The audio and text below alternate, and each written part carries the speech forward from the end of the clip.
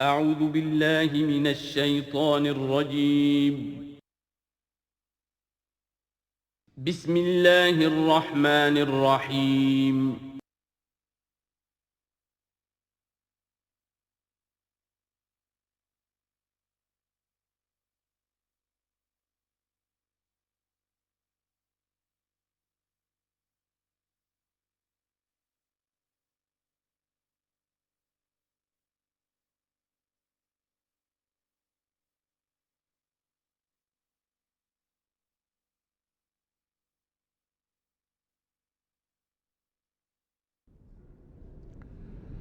بسم اللہ اولہ و آخرہ۔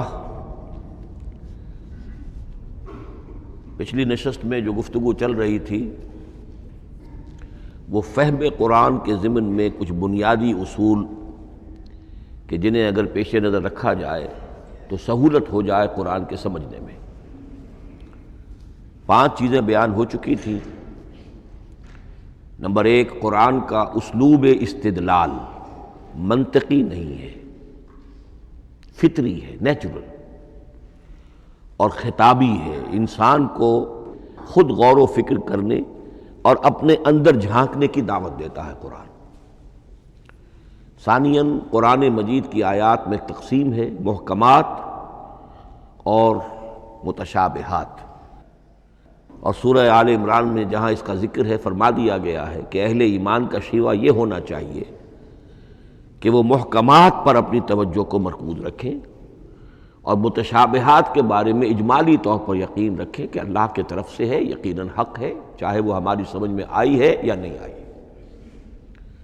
لیکن اس میں جو ایک براڈ تقسیم ہے وہ یہ کہ آیات الاحکام سب کی سب محکمات ہیں مستقل، اور عالم غیب، عالم آخرہ، عالم برزخ، عالم ارواح، عالم ملائکہ، اس کے تمام امور مستقل طور پر متشابہات میں سے ہے۔ البتہ ایک تیسری کیٹیگری ہے کہ جو سائنٹیفک فنومینا کے ضمن میں ہو سکتا ہے کہ ایک شے آج متشابہات میں ہو، کل وہ محکمات میں داخل ہو جائے، جبکہ انسانی علم جو ہے وہاں تک پہنچ جائے اور اس کا ادراک کر سکے۔ نمبر 3، تفسیر زیادہ تر لفظی طور پر اور نحو اور صرف سے بحث کرتی ہے، تعویل کا مقصد ہے اصل مدلول تک پہنچنے کی کوشش کرنا۔ نمبر 4، تعویل میں عام اور خاص کانٹیکسٹ میں، زمان و مکان کے خاص کانٹیکسٹ میں جب قرآن نازل ہوا تو کسی آیت کا کیا اصل مفہوم تھا جو سمجھا گیا، اس میں شان نزول کی روایات کو بھی اہمیت حاصل ہوگی۔ لیکن چونکہ قرآن مجید صرف اس دور کے لیے یا اس علاقے کے لوگوں کے لیے ہدایت نامہ بن کر نہیں آیا تھا، بلکہ پوری نوع انسانی کے لیے تا ابد الآباد، لہذا اسی میں وہ مضمر ہے، اس میں وہ ہدایت مضمر ہے۔ یہ تعویل عام کر کے آیت کے الفاظ، ان کا در و بست اور آیت کا سیاق و سباق اس کے حوالے سے، اور القرآن یفسر بعضہ بعضا کے حوالے سے یقیناً جو ہے اس میں ابدی ہدایت جو مضمر ہے وہ بھی حاصل کی جا سکتی ہے۔ نمبر 5، تذکر اور تدبر کا فرق، یہ دونوں الفاظ قرآن کے ہیں۔ تذکر کے لیے 4 مرتبہ اللہ نے سورہ قمر میں چیلنجنگ انداز میں فرمایا ہے وَلَقَدْ يَسَّرْنَا الْقُرْآنَ لِلذِّكْرِ فَهَلْ مِن مُدَّكِرٍ، ہم نے قرآن کو ذکر کے لیے، تذکر کے لیے، ہدایت اخذ کرنے کے لیے، بنیادی نصیحت حاصل کرنے کے لیے نہایت آسان بنایا ہے۔ تو ہے کوئی جو اس سے تذکر کرنا چاہے؟ اس تذکر بالقرآن کے لیے صرف یہ کافی ہے کہ انسان عربی زبان سے اتنا واقف ہو کہ اس کا ایک براہ راست مفہوم سمجھتا چلا جائے، اور دوسری شرط لازم ہے نیت کی درستی، طلب ہدایت پیش نظر ہو، اپنے علم کی دھوس جمانا جو ہے وہ مقصود نہ ہو، تو قرآن مجید سے تذکر حاصل ہو جائے۔ تدبر کے اعتبار سے قرآن مجید مشکل ترین کتاب ہے، بلکہ میں نے اس وقت ایک غلط لفظ استعمال کر دیا تھا، دنیا کی مشکل ترین، یہ دنیا کی کتاب ہے ہی نہیں، یہ تو مشکل ترین کتاب ہے، بہی معنی کہ اللہ تعالیٰ کے علم کامل سے اس کا نزول ہوا ہے، اس علم کا احاطہ کسی انسان کے لیے ممکن نہیں ہے۔ اسی طرح یہ قرآن ایک ایسے سمندر کے مانند ہے جس کا نہ کوئی کنارہ ہے اور نہ ہی اس کی کوئی تہہ ہے۔ اس میں پوری زندگیاں کھپانے کے باوجود بھی افلا یتدبرون القرآن، تدبر لیدبروا آیاتہ ولیتذکر اولو الالباب، یہ دو اصطلاحات خود قرآن کی ہیں۔ میرا جو کتابچہ ہے مسلمانوں پر قرآن مجید کے حقوق، اس میں میں نے ان پر تفصیل سے بحث کی ہے۔ نمبر 6، دو اعتبارات سے قرآن مجید پر غور کرنے والے کا ایٹیچیوڈ ایک دوسرے سے بالکل متضاد ہوگا۔ احکام کے حوالے سے ایک طالب علم کا رخ پیچھے کی طرف ہونا چاہیے، اسلاف نے کیا سمجھا، ان سے پہلوں نے کیا سمجھا، ان سے پہلوں نے کیا سمجھا، صحابہ نے کیا سمجھا، یہاں تک کہ اپنے آپ کو محمد الرسول اللہ کے قدموں میں پہنچا دیجیے۔ دین کا عملی پہلو، حلال اور حرام، جائز و ناجائز، یہ چیزیں آپ کو، یہ نہیں کہ آپ کو نئے زمانے کی وہ جو بھی ریسرچ ہو اس کے حوالے سے اور نئے زمانے کے سائنسی جو حقائق ہیں ان کے حوالے سے بات کریں۔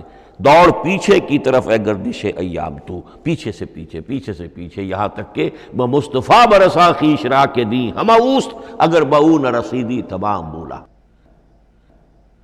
لیکن حکمت، سائنس، اس کے حوالے سے آگے بڑھی ہے، آگے سے آگے بڑھی ہے۔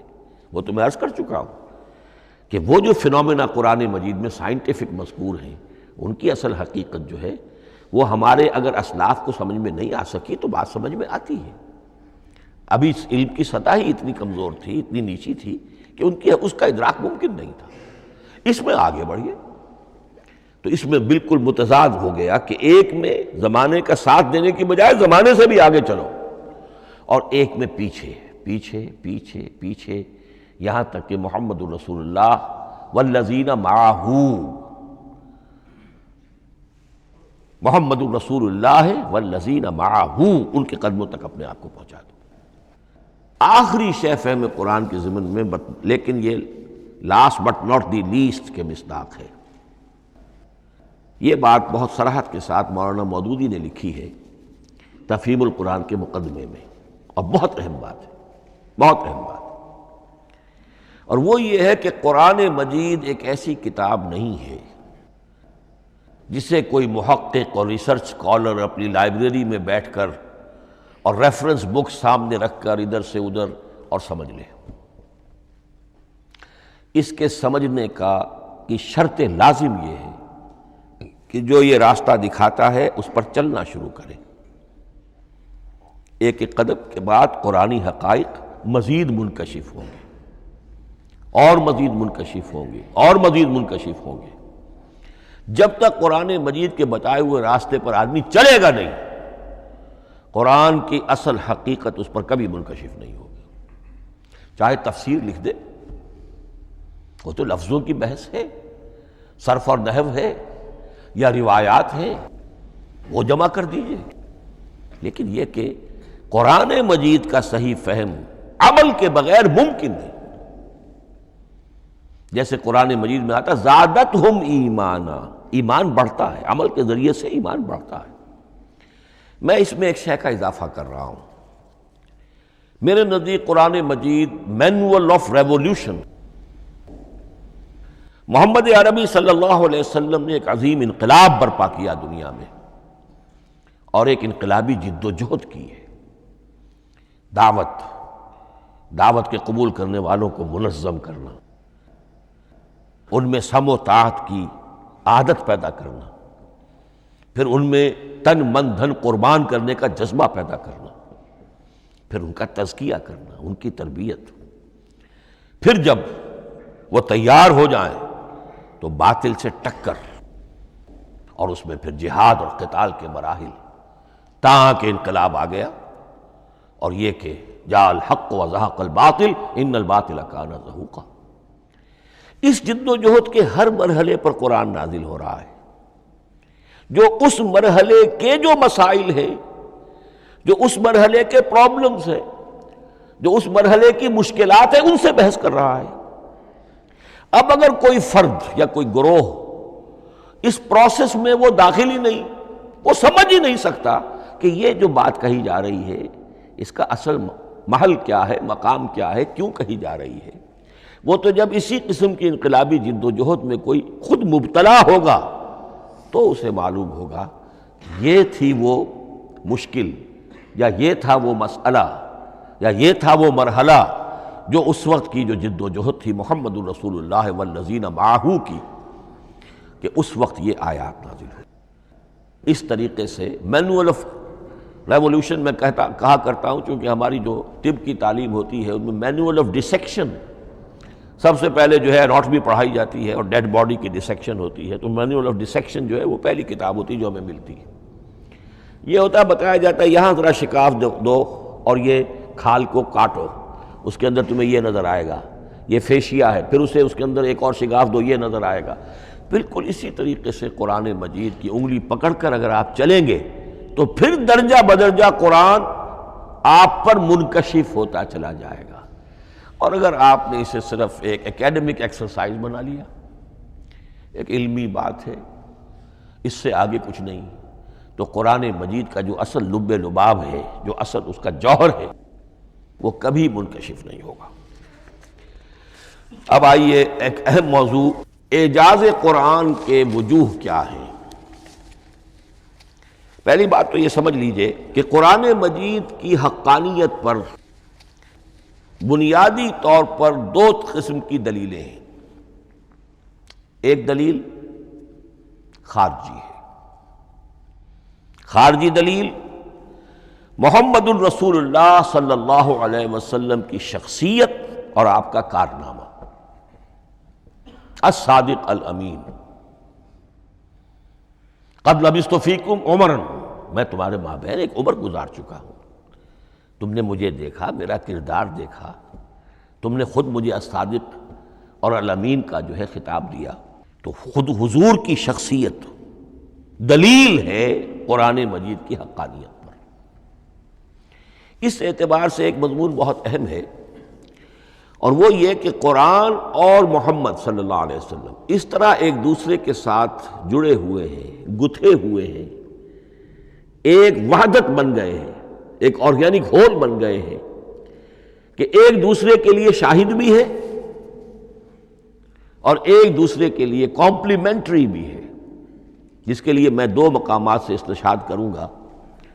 سورہ بینہ میں فرمایا لم یکن الذین کفروا من اہل الکتاب والمشرکین منفکین حتی تأتیہم البینہ،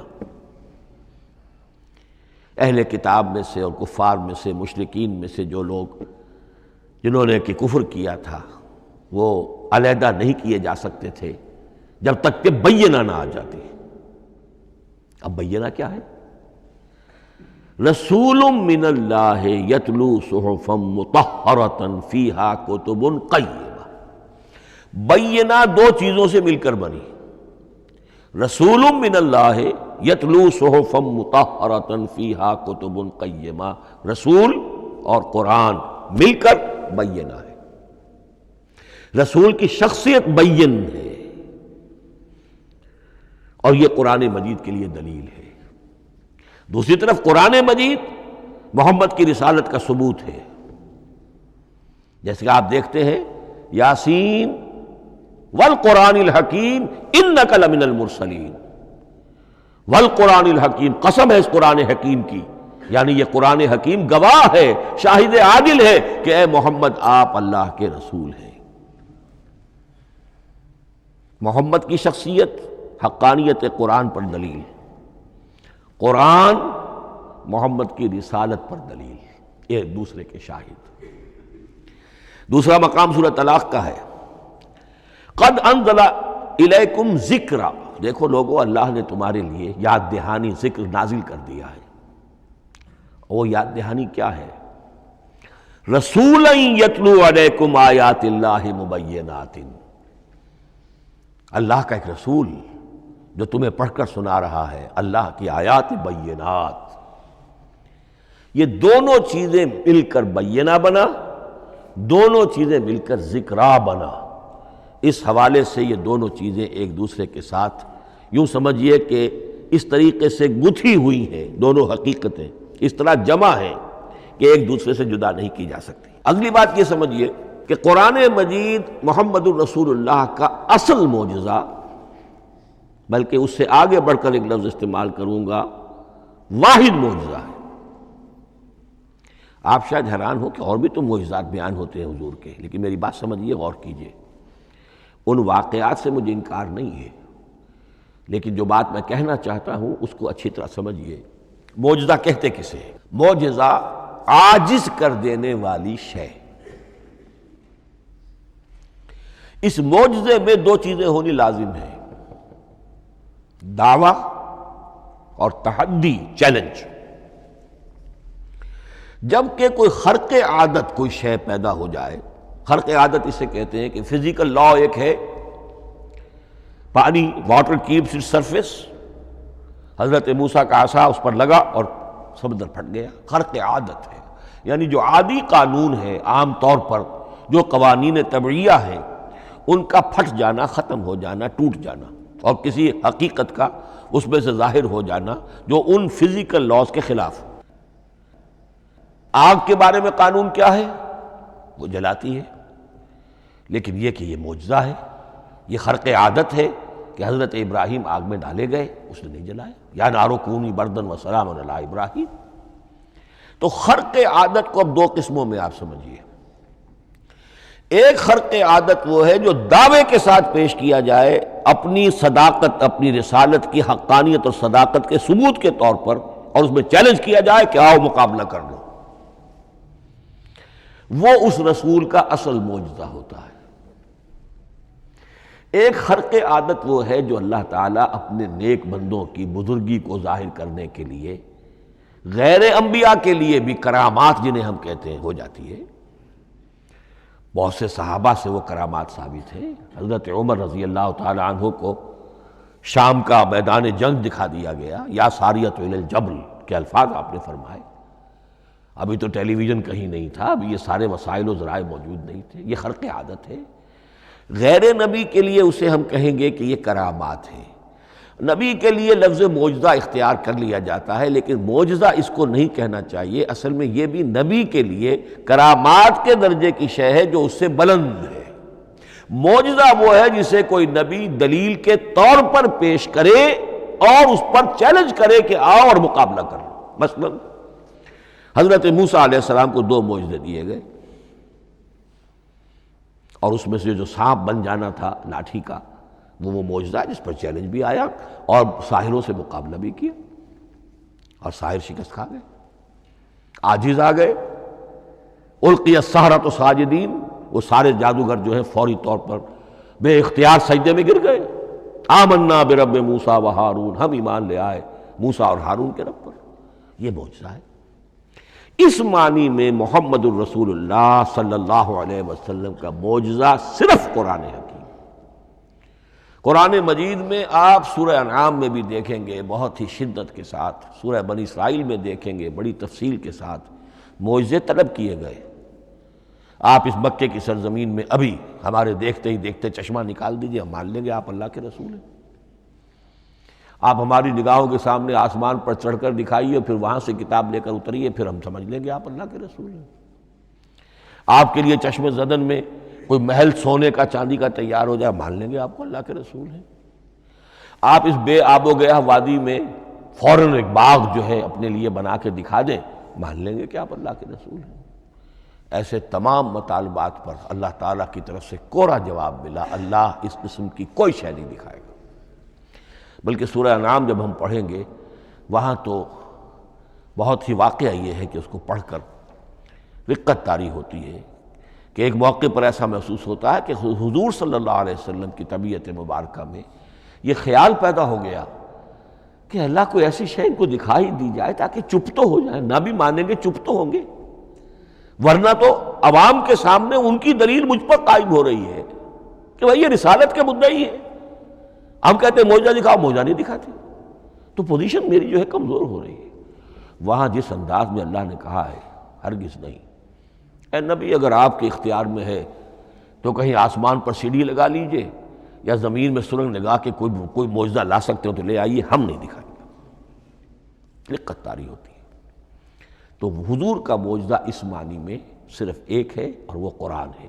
اچھا، اس کے لیے کیسے کیسے چیلنج کیے گئے؟ ام یقولون تقولہ بل لا یؤمنون فلیاتوا بحدیث مثلہ ان کانوا صادقین، سورۃ الطور۔ کیا ان لوگوں کا کہنا یہ ہے کہ یہ کلام خود محمد نے موضوع کر لیا ہے صلی اللہ علیہ وسلم؟ تو اگر ایسی بات ہے تو وہ بھی ایسا ہی کلام پیش کر دیں۔ تحدی، اس چیلنج کو کوئی قبول نہیں کر سکا۔ کم سے کم اس شرافت کا اقرار کرنا پڑتا ہے کہ اس وقت کی عرب قوم میں یہ شرافت تھی کہ کسی نے اٹیمپٹ بھی نہیں کی، ورنہ کوئی شخص الٹی سیدھی عبارت لکھ کر لے آتا اور کھڑا ہو کر کہہ دیتا کہ ٹھیک میں کہتا ہوں یہ ہے، یہ قرآن کی طرح کا کلام ہے۔ نہیں، کسی نے نہیں کیا۔ تاریخ یہ بتاتی ہے کہ اس تحدی کا کوئی کسی نے قبول نہیں کیا۔ اسی طرح فرمایا سورہ بنی اسرائیل میں قُلْ لَئِنِ اجْتَمَعَتِ الْإِنسُ وَالْجِنُّ عَلَىٰ أَن يَأْتُوا بِمِثْلِ هَٰذَا الْقُرْآنِ لَا يَأْتُونَ بِمِثْلِهِ وَلَوْ كَانَ بَعْضُهُمْ لِبَعْضٍ ظَهِيرًا۔ چیلنج ہے، اے نبی کہہ دیجئے اگر تمام انسان، تمام جن مل کر بھی چاہیں کہ ایسی کوئی کتاب وہ مرتب کر لیں، نہیں کر سکیں گے، چاہے وہ سب کے سب ایک دوسرے کی مدد کریں۔ ہے کہ نہیں چیلنج؟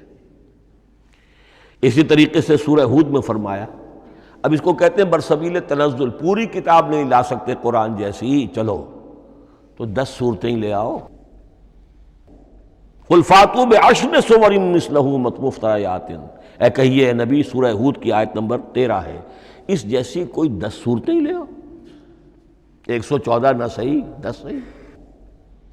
یہ بھی نہیں ہوا تو برسبیل تنزل اور سورہ یونس میں فرمایا قُلْ فَأْتُوا بِسُورَةٍ مِّن مِّثْلِهِ، ایک سورت ہی لے آؤ۔ اور اسی کو سورہ بقرہ کے 30 رکوع میں دہرایا گیا، وَإِن كُنتُمْ فِي رَيْبٍ مِّمَّا نَزَّلْنَا عَلَىٰ عَبْدِنَا فَأْتُوا بِسُورَةٍ مِّن مِّثْلِهِ وَادْعُوا شُهَدَاءَكُم مِّن دُونِ اللَّهِ إِن كُنتُمْ صَادِقِينَ۔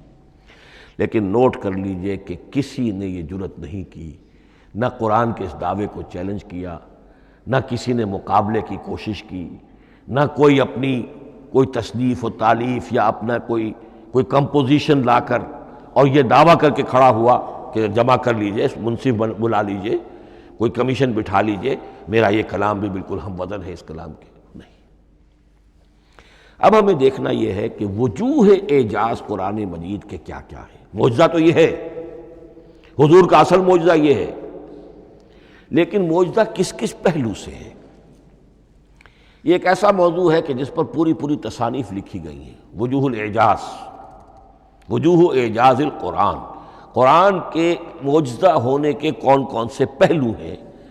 اس کا واقعہ یہ ہے کہ احصاء ناممکن ہے، اور جیسے جیسے زمانہ آگے بڑھے گا اس کے اور پہلو واضح ہوتے جائیں گے۔ سنوریہم آیاتنا فی الآفاق وفی انفسہم حتی یتبین لہم انہ الحق۔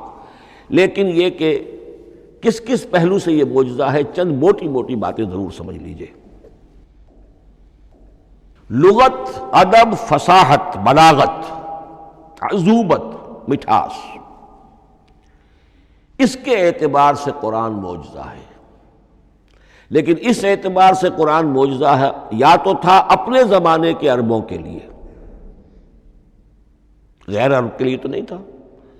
غیر عرب جو ہے قرآن مجید کی جو بھی فصاحت و بلاغت ہے، اس کا جو لٹریری بیوٹی ہے، اس کو تو وہ اپریشیٹ نہیں کر سکتا تھا۔ یہ حصہ جو ہے یا تو عربوں کے لیے تھا اس وقت دائمی، یا آج بھی عرب کچھ نہ کچھ، بہرحال عربی ان کی زبان ہے، وہ پڑھتے ہیں، جیسا کہ میں نے عرض کیا تھا، چاہے عیسائی ہوں اور چاہے یہودی ہوں، وہ بھی اپنے ہاں لٹریچر کی، عربی لٹریچر کی ہائیسٹ کتاب کی حیثیت سے قرآن مجید کو پڑھانے پر مجبور ہے۔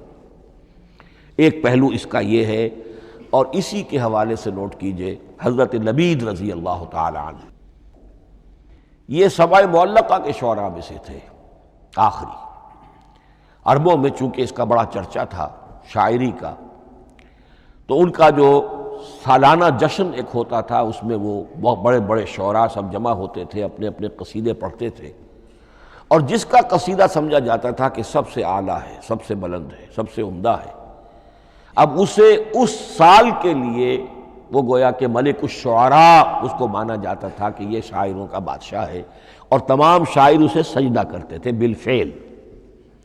اور اس کے قصیدے کو کعبے کی دیوار کے ساتھ ٹانگ دیا جاتا تھا، معلق کر دیا جاتا تھا۔ ایسے 7 قصیدے ہیں جن کے مجموعے کا نام ہے 7 معلقہ۔ اس 7 معلقہ جو ہیں 7 جو سلسلے ہیں، ان میں آخری حضرت لبید کا ہے، وہ ایمان لے آئے۔ ایمان لانے کے بعد انہوں نے شعر کہنا چھوڑ دیا۔ اس پر حضرت عمر نے ایک دفعہ ان سے کہا کہ لبید اب آپ شعر نہیں کہتے۔ ان کا جواب تھا ابعد القرآن، کیا قرآن کے بعد بھی کسی کے لیے کوئی موقع ہے کہ وہ کچھ کہنے کی کوشش کرے؟ فصاحت اور بلاغت کی تو معراج قرآن مجید ہے، وہ آ چکی ہے۔ تو جہاں تک اہل عرب کے لیے اس کا معجزہ ہونا خاص طور پر اس دور میں اور اب بھی کسی درجے میں، اس میں تو اہمیت ہے اس کی ادبیت، اس کی فصاحت، اس کی بلاغت، اس کی عذوبت۔ دائمی اور ابدی یہ کس اعتبار سے معجزہ ہے؟ عہد حاضر میں اور غیر عرب لوگوں کے لیے۔ نمبر 1، سائنسی حقائق کا انکشاف۔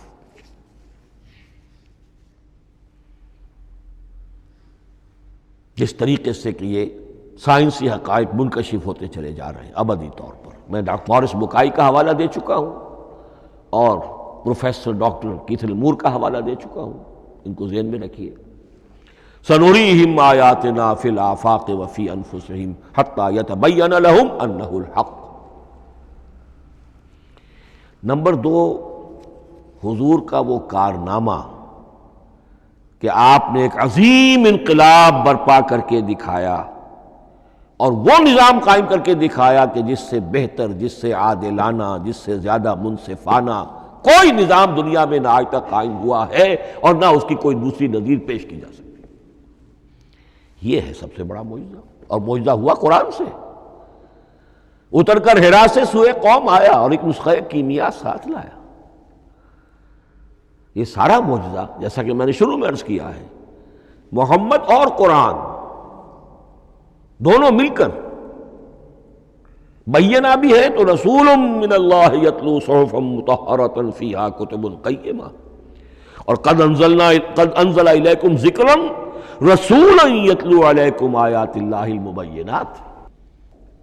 یہ معجزہ جو ہے جس کے حوالے سے دنیا میں بڑی بڑی شخصیات نے شہادت دی۔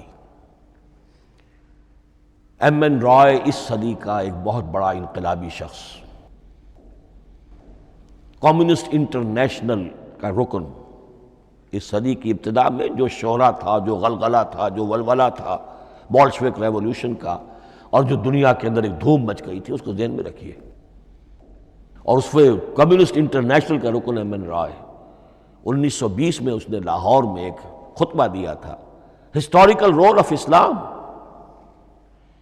اس نے کہا تھا تاریخ انسانی کا عظیم ترین انقلاب وہ ہے کہ جو محمد نے برپا کیا صلی اللہ علیہ وسلم۔ آج بھی یہ کتاب بھارت میں چھپتی ہے، بامبے کا ایک پبلشر شائع کرتا ہے، historical role of Islam by M N Roy. پھر آگے چلیے، ایچ جی ویلز اگرچہ انتہائی رقیق حملے کرتا ہے حضور کی زندگی کے بعض پہلوؤں پر، جیسے رشدی نے کیے ہیں یا جیسے تسلیمہ نسرین ایک بنگالی خاتون نے کیے ہیں، اسی طرح کے حملے کیے اس نے بھی۔ اور یہ اس لیے بتا رہا ہوں کہ یہ اسٹیبلش ہو جائے کہ وہ دوست نہیں ہے، دشمن ہے۔ عربی کا ایک مقولہ یہ ہے کہ الفضل ما شہدت بہ الاعداء، اصل فضیلت تو اس شے کی ہے جس کی گواہی دشمن دے۔ دوست تو تعریف کریں گے، قابل تعریف شے کی بھی تعریف کریں گے، بڑھ چڑھ کر کریں گے۔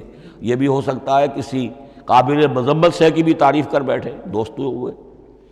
دشمن جو ہے وہ تو ظاہر بات ہے اسی بات کو مانے گا جس میں کسی شک و شبہ کی گنجائش نہ ہو۔ اس لیے میں نے عرض کیا کہ دشمن ہے، رقیق حملے کرتا ہے، لیکن آخر میں جب آتا ہے concise history of the world میں چیپٹر جو ہے حضور پر، اس میں خطبہ حجۃ الوداع کا وہ حوالہ دیتا ہے، لا فضل لعربی علی عجمی ولا لعجمی علی عربی ولا لاحمر علی اسود ولا لاسود علی احمر الا بالتقوی۔ اور پھر لکھتا ہے کہ اگرچہ انسانی حریت و اخوت و مساوات کے واعظ تو پہلے بھی بہت کہے گئے تھے، یہاں تک کہ مسیح ناصری حضرت عیسیٰ علیہ السلام کے ہاں بھی ہمیں بڑے واعظ ملتے ہیں، لیکن یہ ماننا پڑتا ہے کہ تاریخ انسانی میں پہلی مرتبہ ان اصولوں پر ایک انسانی معاشرہ قائم کر کے دکھایا محمد نے صلی اللہ علیہ وسلم۔ Although the sermons of human freedom, fraternity and equality were said before also, and we find a lot of them in Jesus of Nazareth, but it must be admitted that it was Muhammad sallallahu alayhi wasallam who established for the first time in history a society based on these principles. اسی طرح کی گواہی آج سے تقریباً 20 سال پہلے امریکہ کے ڈاکٹر مائیکل ہارٹ نے دی۔ A selection and gradation of the 100 most influential personalities of human history. اور نمبر 1 پر محمد کا ذکر کر رہا ہے صلی اللہ علیہ وسلم، اور کہتا ہے naturally I owe an explanation, میں عیسائی ہوں اور ابھی تک عیسائی ہے، وہ اس کی موت کی بھی ابھی کوئی خبر نہیں آئی ہے، عیسائی ہے، لیکن یہ کہ اس نے حضور کو نمبر 1 پر رکھا، حضرت عیسیٰ کو نمبر 3 پہ لے گیا، تو naturally I owe an explanation, اور پھر ایکسپلینیشن دی ہے this is because he is the only person supremely successful in both the religious and secular fields. یہ دونوں میدان جو ہے مذہب اور روحانیت اور دوسری طرف سیاست اور حکومت اور ریاست، ان دونوں میدانوں میں بیک وقت انتہائی کامیاب انسان صرف ایک ہے، اور وہ محمد ہے صلی اللہ علیہ وسلم۔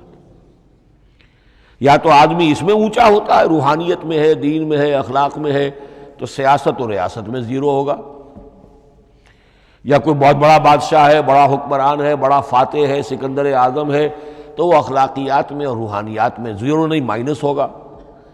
یہ معاملہ کہ دونوں میں this is because he is the only person supremely successful in both the religious and the secular fields۔ لیکن یہ بات نوٹ کر لیجئے کہ جو تازہ ایڈیشن ہے اس کتاب کا، اس میں سے یہ پیسج نکال دیا ہے نئے جو ایڈیٹرز ہیں انہوں نے،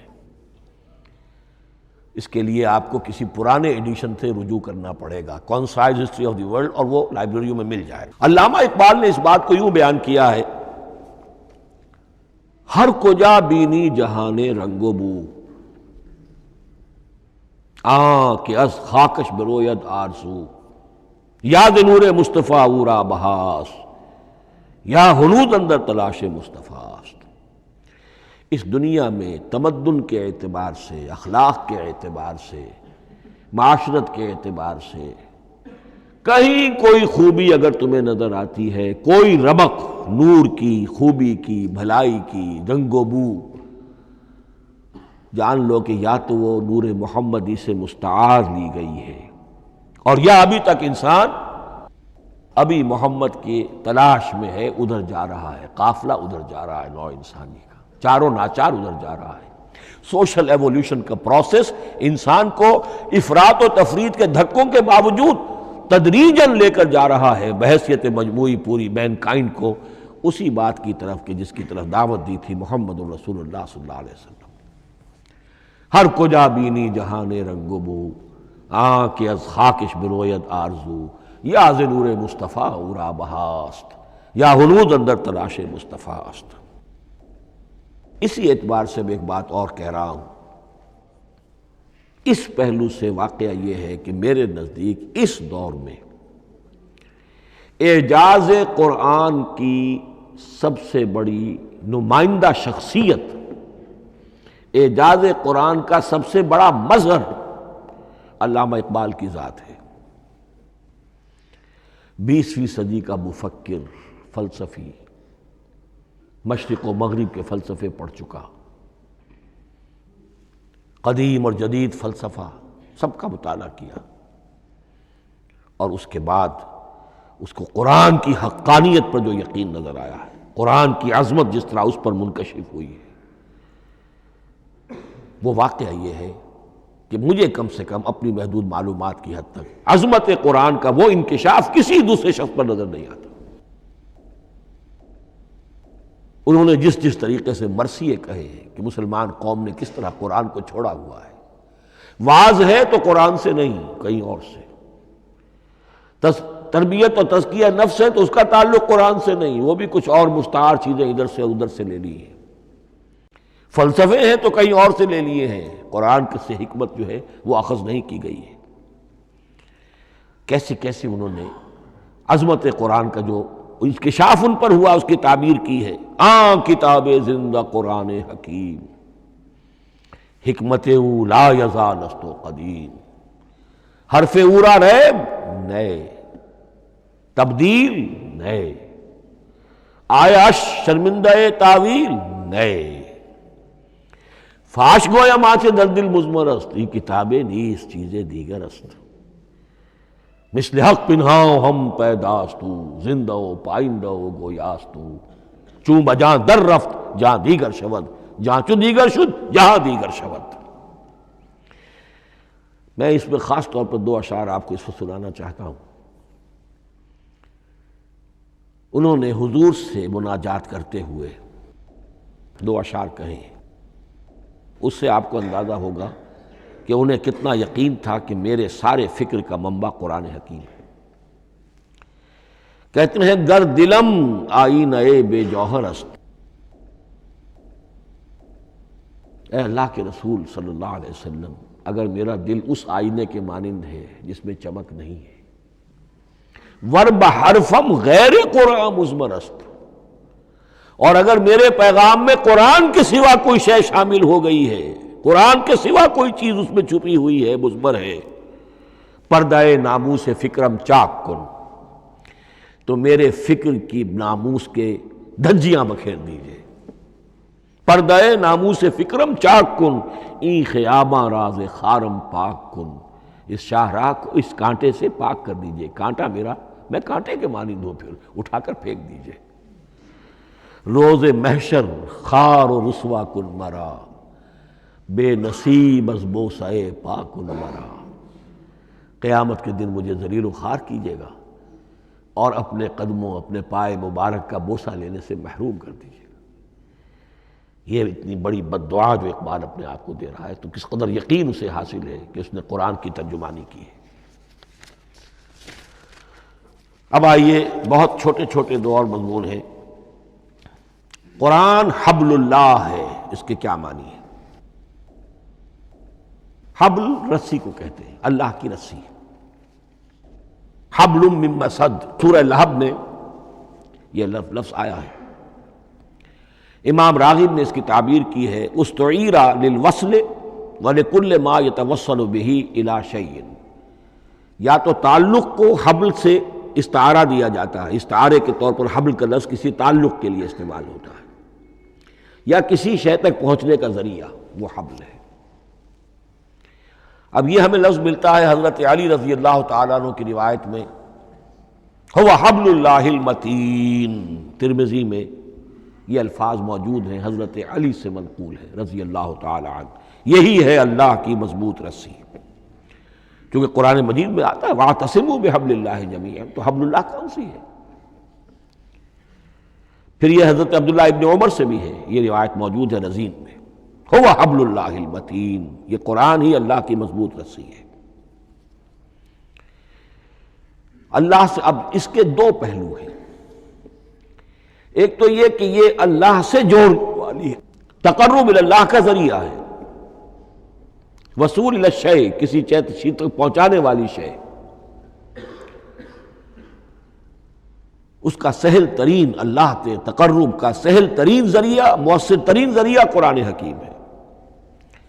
چنانچہ ترمذی میں حضرت عبداللہ ابن مسعود کا یہ قول موجود ہے، القرآن حبل اللہ الممدود من السماء الی الارض، قرآن تو اللہ کی وہ رسی ہے جو تنی ہوئی ہے آسمان سے زمین کی طرف۔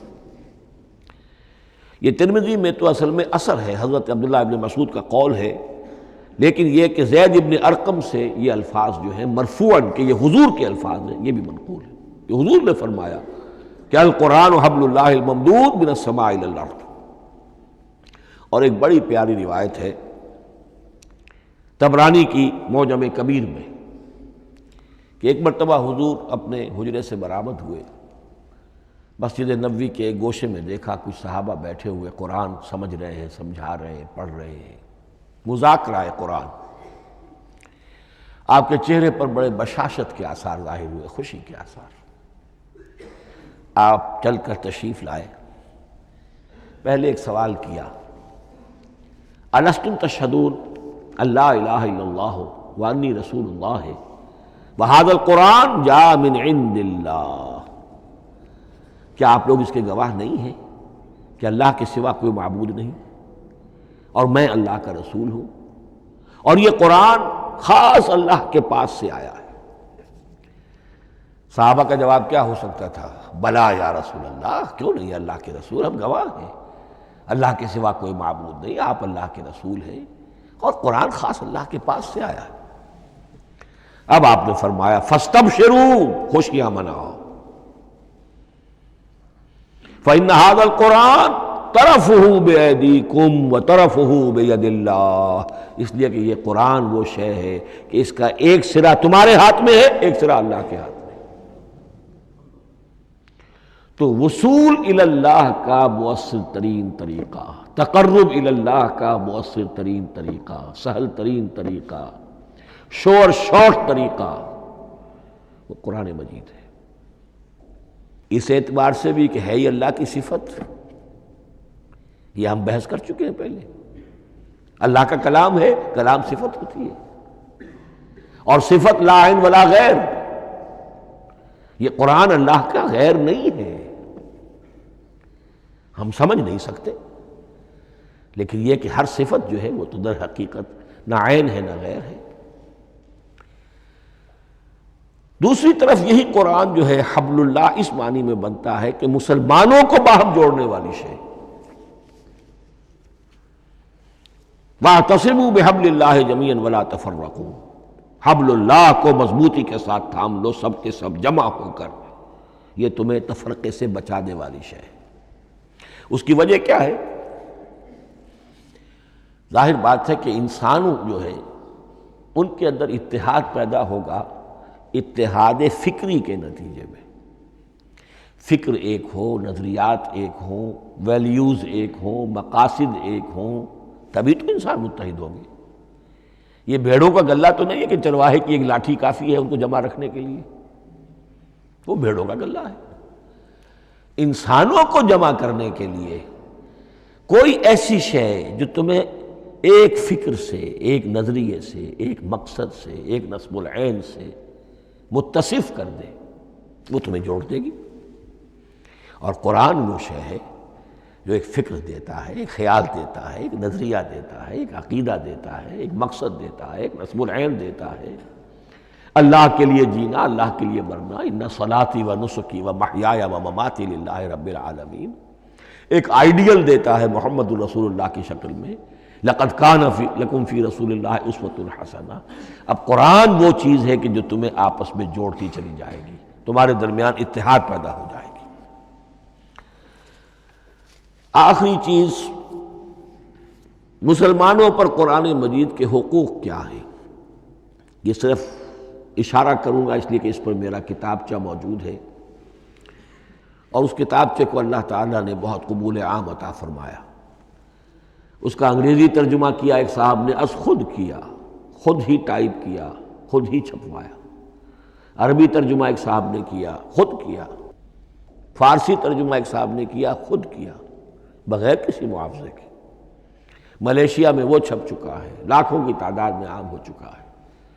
پھر میں نے ایک موقع پر 1970 میں رمضان مبارک کے دوران آخری عشرے میں مولانا بن نوری رحمۃ اللہ علیہ تشریف لائے ہوئے تھے مدینہ منورہ، اور میں نے بھی وہ پورا رمضان مبارک اس سال وہیں کیا تھا۔ میں نے ان کو دیا تھا کہ آپ دیکھیے اس میں کوئی غلطی ہو تو مجھے بتا دیجئے، میں اسے بڑے پیمانے پر شائع کرنا چاہتا ہوں۔ انہوں نے حالت اعتکاف میں مسجد نبوی میں پڑھا ہے، صرف ایک جگہ ایک جملے میں انہوں نے اصلاح تجویز کی، وہ میں نے کر دی۔ اس اعتبار سے اب یہ کتابچہ جو ہے مصدقہ ہے مولانا محمد یوسف بن نوری رحمۃ اللہ علیہ کا۔ اس میں اللہ تعالیٰ نے جو بات مجھ سے کہلوا دی تھی، تقریباً 30 سال پہلے کی بات ہے، ہر مسلمان پر قرآن مجید کے 5 حقوق حسب استعداد و توفیق عائد ہوتے ہیں۔ پہلے یہ کہ اس پر ایمان ہو جیسا کہ ایمان کا حق ہے، صرف زبانی ایمان نہیں، دل سے یقین کہ یہ اللہ کا کلام ہے۔ اور اس کا نتیجہ کیا ہوگا؟ پھر عظمت اس کی پیدا ہوگی، ایمان و تعظیم، یہ پہلا حق ہے۔ تلاوت و ترتیل، اس کو پڑھے جیسے کہ پڑھنے کا حق ہے، پھر سمجھے جیسے کہ سمجھنے کا حق ہے، تذکر و تدبر، پھر عمل کرے، انفرادی طور پر بھی اجتماعی طور پر بھی۔ انفرادی طور پر جو آپ کی زندگی کے معاملات ہیں وہ آپ قرآن کے مطابق طے کریں، قومی سطح پر حکومت اور ریاست اور قانون اور سیاست، اس کے سارے تقاضے قرآن کے مطابق پورے ہوں، اور آخری یہ کہ اس قرآن کو پہنچائیں اور عام کریں، جس کے لیے حضور نے اس حد تک اس میں عمومیت کر دی ہے کہ بلغوا انی ولو آیۃ، پہنچاؤ میری جانب سے خواہ ایک ہی آیت پہنچاؤ، میرا کوئی امتی اس سعادت سے بالکل محروم نہ رہ جائے۔ اول تو خیرکم من تعلم القرآن وعلمہ، تم میں سے بہترین لوگ وہ ہیں جو اسی کے لیے اپنے آپ کو وقف کر دیں، قرآن پڑھیں اور پڑھائیں، سیکھیں اور سکھائیں، سمجھیں اور سمجھائیں۔ اس لیے کہ سمجھنے اور سمجھانے، سیکھنے اور سکھانے، پڑھنے اور پڑھانے کا بھی کوئی ایک لیول تو نہیں ہے، ایک عام لوگوں کی سطح ہے، ایک ان سے اوپر کی سطح ہے، ایک انٹلیکچوئلز کی سطح ہے، ایک جینیس لوگوں کی سطح ہے۔ ان تمام سطحوں پر قرآن کو سمجھانے کے لیے، پہنچانے کے لیے خود بھی تو اوپر اٹھنا پڑے گا، خود اسے سیکھنا پڑے گا، خود اس کی گہرائی میں غوطہ زنی کرنی پڑے گی، اور یہ ایک لائف لانگ پروسیس ہے، یہ کوئی پارٹ ٹائم جاب نہیں ہے، یہ کوئی صرف پیس ٹائم نہیں ہے، یہ کوئی ہابی نہیں ہے، ہمہ وقت ہمہ تن، خیرکم من تعلم القرآن وعلمہ۔ اب آخری بات بتا رہا ہوں، اور وہ یہ ہے کہ قرآن مجید وحی باللفظ ہے،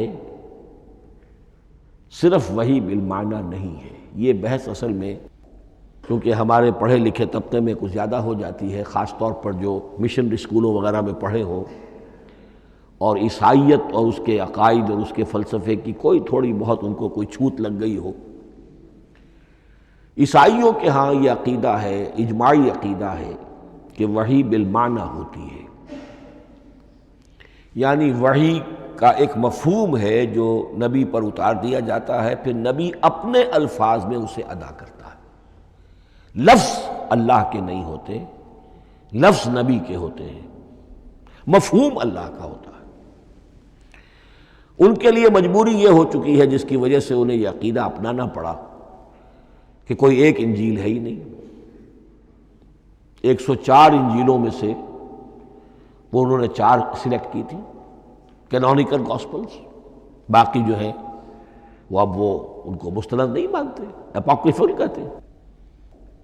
اور میں نے ایک مرتبہ ایک پادری صاحب سے، مسٹر وائٹ ہوتے تھے منٹگمری میں نے ان سے پوچھا which one of them is Bible, یہ متی اور یہ لیوک اور مارکس اور جان، ان میں سے کون سی بائبل کون سی ہے؟ تو اس نے جواب دیا none of them is Bible. Bible is in them. ان میں سے کوئی ایک بھی مشخص طور پر، معین طور پر بائبل نہیں ہے، بائبل ان میں ہے بحیثیت مجموعی۔ لہذا ان کے لیے یہ عقیدہ جو ہے وہ لازم سا ہو گیا۔ ہمارے ہاں بھی بعض فلاسفہ نے اس قسم کی باتیں کی ہے کہ جن سے یہ دھوکہ لگتا ہے، لیکن میں خاص طور پہ چونکہ علامہ اقبال کا تذکرہ میں نے آج کیا ہے، اسی حوالے سے میں ان کا ایک واقعہ بیان کرنا چاہتا ہوں۔ ایف سی کالج لاہور کے پرنسپل تھے ڈاکٹر یوئنگ۔ ایک دعوت تھی، اس میں علامہ بھی تھے، وہ بھی تھے۔ تو ڈاکٹر یوئنگ نے کہا، وہ بڑا فلسفی تھا، کہ ڈاکٹر اقبال ہم نے سنا ہے کہ آپ بھی وحی باللفظ کے قائل ہیں، آپ جیسا پڑھا لکھا شخص، عالم دانا۔ علامہ اقبال نے فرمایا جی ہاں، اور مجھے تو اس کا ذاتی تجربہ ہے، مجھ پر تو جو شعر نازل ہوتے ہیں وہ الفاظ میں ڈھلے ہوئے ہوتے ہیں، میں ان میں تبدیلی کرنا چاہوں تو نہیں کر سکتا۔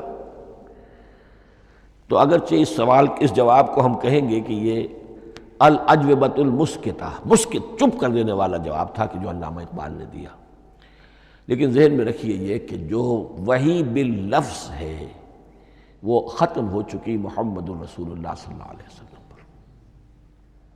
وحی رسالت وحی باللفظ ہے، وہ ختم ہو چکی۔ البتہ الہام، کشف، رویا، القاء، یہ وحی بالمعنی ہے، یہ کوئی ایک شے ہے جو دل میں ڈال دی جاتی ہے۔ اس کے دروازے آج بھی کھلے ہوئے ہیں، اور یہ جان لیجئے قرآن مجید کی حقانیت کا جو اصل ثبوت ہے وہ یہ ہے کہ آپ اسے اپنے باطن کے اندر محسوس کریں۔ یہ جو باطنی تجربہ علامہ اقبال نے کہا ہے کہ انسان اپنے باطن میں محسوس کرے کہ ہاں یہ بات ہے، ٹھیک ہے، اس کے لیے کہ علامہ ابن قیم رحمۃ اللہ علیہ کا قول ایسا ہے، بڑا پیارا قول ہے۔ قرآن کے کچھ پڑھنے والے ایسے ہیں جب قرآن کو پڑھتے ہیں تو یوں محسوس کرتے ہیں کہ ہم مصحف سے نہیں پڑھ رہے، لوح قلب سے پڑھ رہے ہیں، ہمارے دل پر لکھا ہوا قرآن موجود ہے۔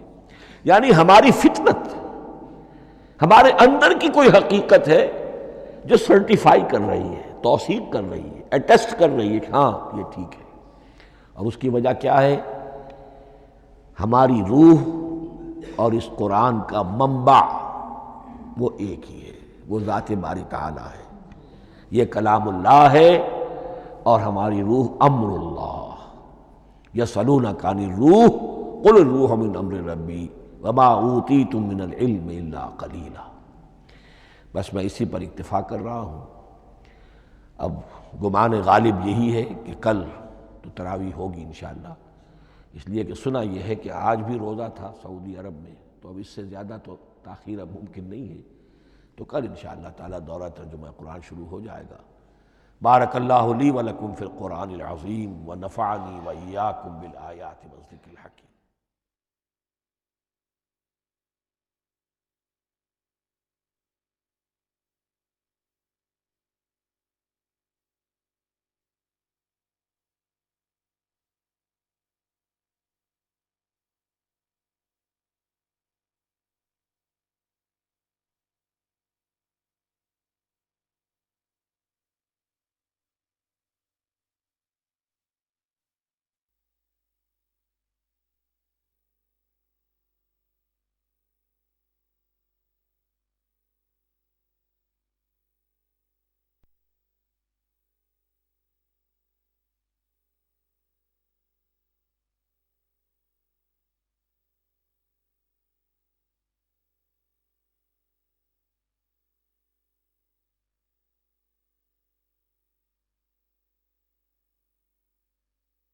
أعوذ بالله من الشيطان الرجيم. بسم الله الرحمن الرحيم.